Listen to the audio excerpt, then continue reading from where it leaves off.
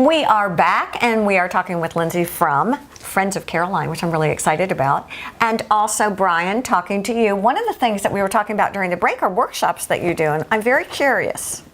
Well, we consider part of our job and obligation is to educate the community and educate our clients so that they can make the decisions. We're not just there to have someone come into our office and tell us they'd like to have a will and we want to be back in a couple of hours and have it made. So we take our time to try to educate. If you went to our website, HiltonHeadElderLaw.com, you'd see that we have a lot of nice materials there, interesting and educational materials. My associate attorney, Rebecca Freeman, just started a video series where she explains things like healthcare power of attorney and financial power of attorney and the difference between them. So we do also, in addition to the website, we do a lot of workshops. We go into the different communities, the different plantations. We'll be in Hilton Head Plantation in September, and also Indigo Run. We just give a nice 2-hour presentation. We inform people. We do not sell anything. The only thing you get from that is an education. You're better informed to make decisions, and you have an offer for a free consultation if you wanted to come see us to talk about something in particular in your case.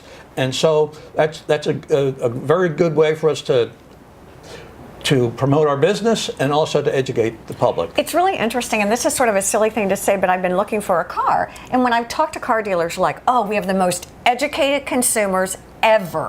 When they come in, they know what kind of car, they know everything about it. And I'm listening to both you and to you, and I'm thinking, wow, maybe we haven't done such a good job yet. Maybe we are now in. That's a good point. Well, as we're shifting and we're getting older, the whole demographic, the baby boomers, we want to know. We don't want to be blindsided with all of this. Right.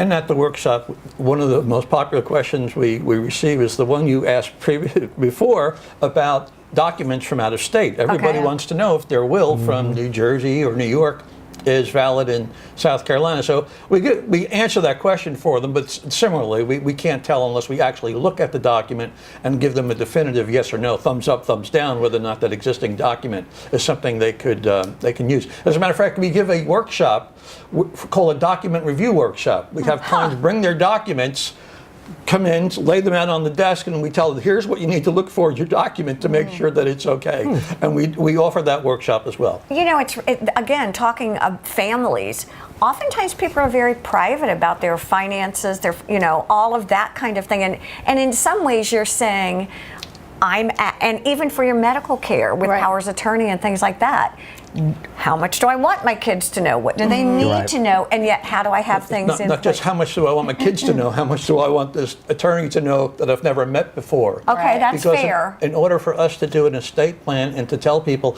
how to handle their stuff, their estate, and how to get it to their heirs, we need to know about their finances. And a lot of times we've never met these people before, these clients that come in. And so we send them an intake form. We ask them for a lot of personal information. And there's some resistance there. And I don't blame them. So part of our job is to kind of break down that resistance a little bit and let them understand why it's important, which is one of the things that our workshop does. Once they go to a workshop, they understand the importance of having that dialogue with an attorney. You have to open up and reveal some of that personal stuff. Well, and even though we're talking about whether it's estate planning or whether it's direct patient care with hospice. I'm sure you meet with that same kind of resistance. We do. I don't want to call you because if I call you, I admit that my loved one may be dying. And a lot of times people don't realize that hospice, you live longer because you have all those resources that you really need. And one thing I was going to say about documents is it's really important to make sure that your local hospitals have your advance directives on file, especially with the electronic medical records now, because say something happens and you go to maybe Hilton Head or Coastal or Beaufort Memorial, you want to make sure that they have those on file. What is an advance directive? Is it just a piece of paper that says in case of, or I guess I hear that word kind of thrown around, and I've always wondered, is it a It's a blanket term for several different documents, and correct me if I'm wrong. You're the attorney here. In South Carolina, I like it. They're sort of got their own show now. In South Carolina, there's a healthcare directive, and then there's a declaration of death. So it's sort of a morbid term to use, but it's a difference between having a healthcare power of attorney where you name someone as being your agent, and then a living will, which is you do not name anyone in particular. It's just a general statement to the world. Okay. So this isn't a bad question. This is like advanced directive means more than one thing. Right, Okay, right. got it. So you can either have a DNR or be a full code, which is one set, and then there's the living will, which says, do I want water, hydration, feeding tubes, etc. And then the healthcare proxy is naming an agent. So if I could point out one thing about having it on record with the hospital, a lot of times we'll ask clients about their existing documents. Do you have a living will?